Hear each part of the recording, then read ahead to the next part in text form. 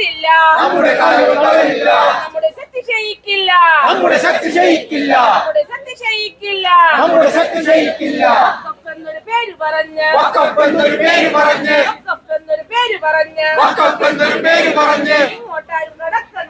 ഇങ്ങോട്ടാരും കടക്കണ്ട. നിലവിലെ സാഹചര്യത്തിൽ ഈ അമെൻമെന്റ് ഞങ്ങൾക്ക് അനുകൂലമാണെന്നൊരു വിധി വന്നെയാണെങ്കിൽ ഞങ്ങൾ BJP-യിലേക്ക് പൂർണ്ണമായും മാറും. അനുകൂലമാണെന്നുള്ളതാണ് ഞങ്ങളോട് അറിവുള്ളവർ പറഞ്ഞു തന്നേക്കണം. നിങ്ങൾക്ക് മുനമ്പത്തിന് അനുകൂലമായ ഒരു വിധിയാണ് ഈ അമെൻമെന്റിലൂടെ കിട്ടാൻ പോകുന്നത്. ഞങ്ങൾ BJP-യിലേക്ക്, എന്നെ സംബന്ധിച്ച് ഞാൻ BJP-യിലേക്ക് പോവുകയാണ്.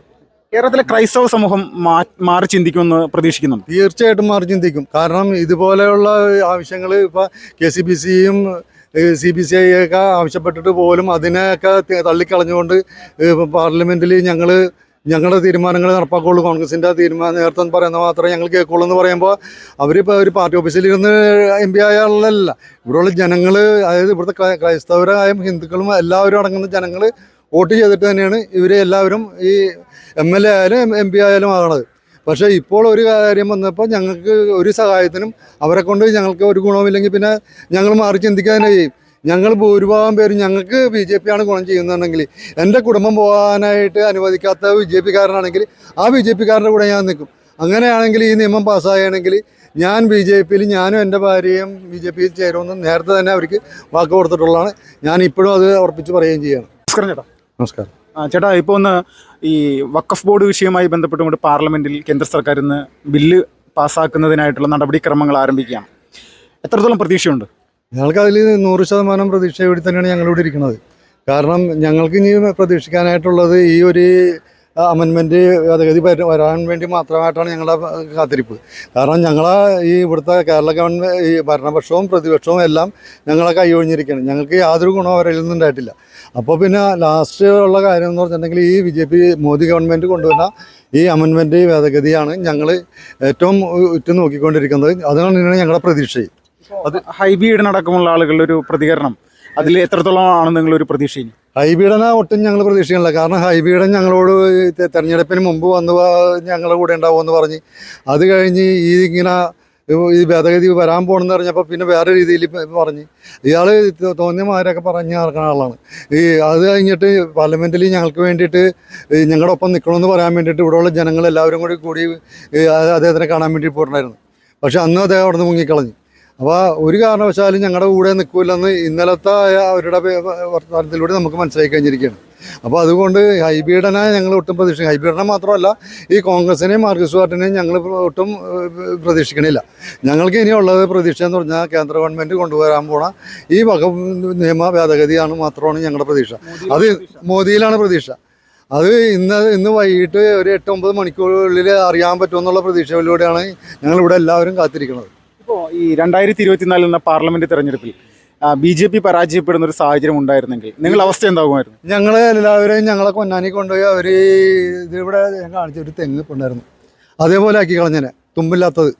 അതായത് ആ രീതിയിൽ ഞങ്ങൾ ആകേണ്ടി വന്നതിന് ഇവിടെയുള്ള ആണുങ്ങളൊക്കെ അത്രയും കണ്ടീഷനിലോട്ടുള്ള രീതിയിലാണ് ഇവർ ഈ ഗവൺമെൻറ്, ഈ ഇടതുപക്ഷമായാലും ഈ ഭരണപക്ഷമായാലും നമ്മളോട് ചെയ്തിരിക്കുന്ന ദ്രോഹം എന്ന് പറഞ്ഞിട്ടുണ്ടെങ്കിൽ ഇത്തരം ജനങ്ങൾ ഇവിടെ കിടന്ന് കഷ്ടപ്പെട്ടിട്ട് വർഷങ്ങളായി ഇവിടെ ദുരിതം അനുഭവിക്കുകയാണ്, ഈ വകപ്പുന്ന ദുരിതം.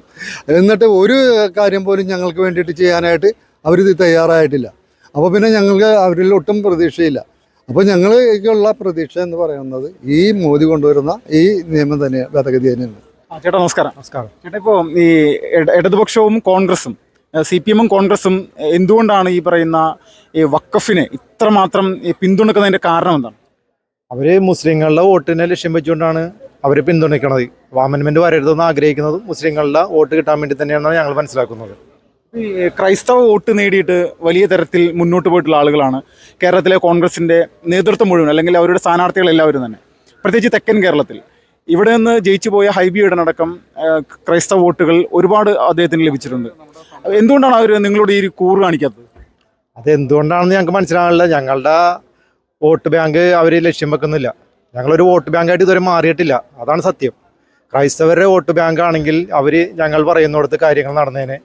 ഇപ്പോൾ ഈ അമെൻമെന്റിനെ അവർ അംഗീകരിച്ചേനെ. ചേട്ടൻ ഒരു ക്രൈസ്തവനല്ലേ? ഞാൻ ക്രൈസ്തവനാണ്. ഇപ്പോൾ BJP-യോടുള്ള താങ്കളൊരു നിലപാടെന്താണ് നിലവിലെ സാഹചര്യത്തിൽ? നിലവിലെ സാഹചര്യത്തിൽ ഈ അമെൻമെന്റ് ഞങ്ങൾക്ക് അനുകൂലമാണെന്നൊരു വിധി വന്നെയാണെങ്കിൽ ഞങ്ങൾ BJP-യിലേക്ക് പൂർണ്ണമായും മാറും. അനുകൂലമാണെന്നുള്ളതാണ് ഞങ്ങളോട് അറിവുള്ളവർ പറഞ്ഞു തന്നേക്കണം. നിങ്ങൾക്ക് മുനമ്പത്തിന് അനുകൂലമായ ഒരു വിധിയാണ് ഈ അമെൻമെന്റിലൂടെ കിട്ടാൻ പോകുന്നത്. ഞങ്ങൾ BJP-യിലേക്ക്, എന്നെ സംബന്ധിച്ച് ഞാൻ BJP-യിലേക്ക് പോവുകയാണ്.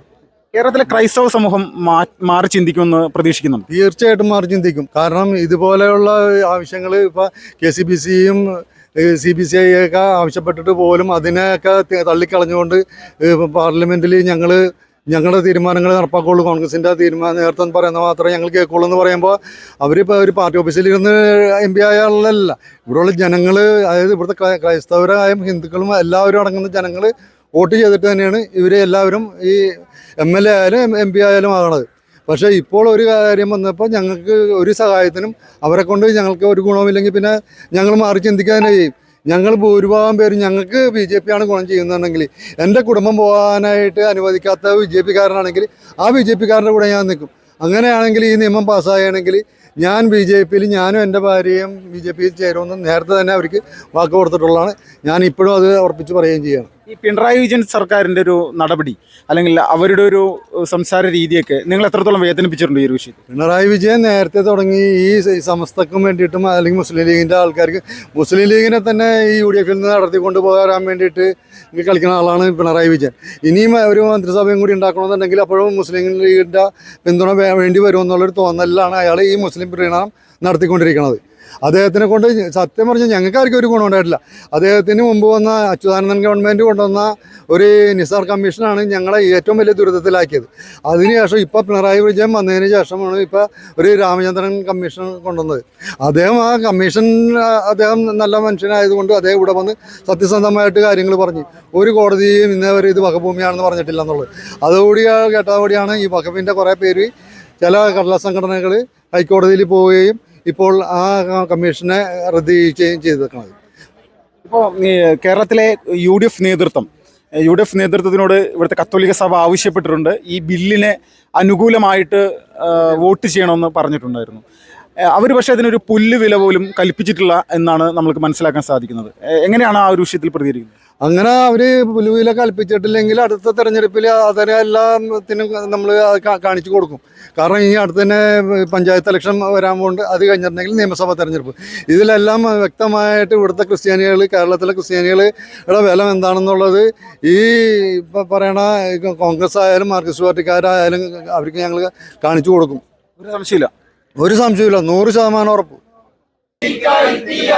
നമ്മുടെ നാവുകൾ തളരില്ല, നമ്മുടെ ശക്തി ക്ഷയിക്കില്ല,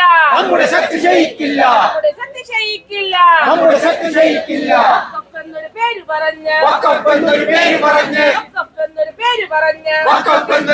പറഞ്ഞ് ഇങ്ങോട്ടാരും കടക്കണ്ട, ചോര കൊടുത്തും സംരക്ഷിക്കും, ജനിച്ച മണ്ണ് കട്ടായം,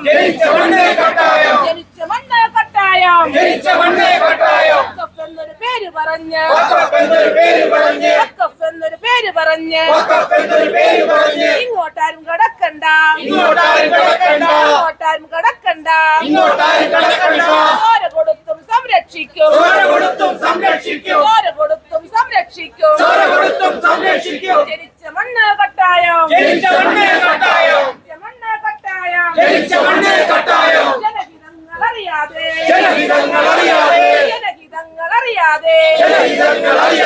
ജനമനസ്സ് കാണാതെ നടപ്പിലാക്കും നിയമങ്ങൾ, കടലിലെറിയും കട്ടായം,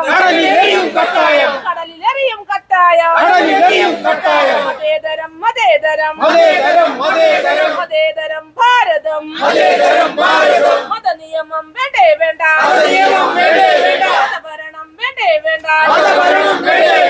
ഞങ്ങളുടെ പൊന്നാട്ടിൽ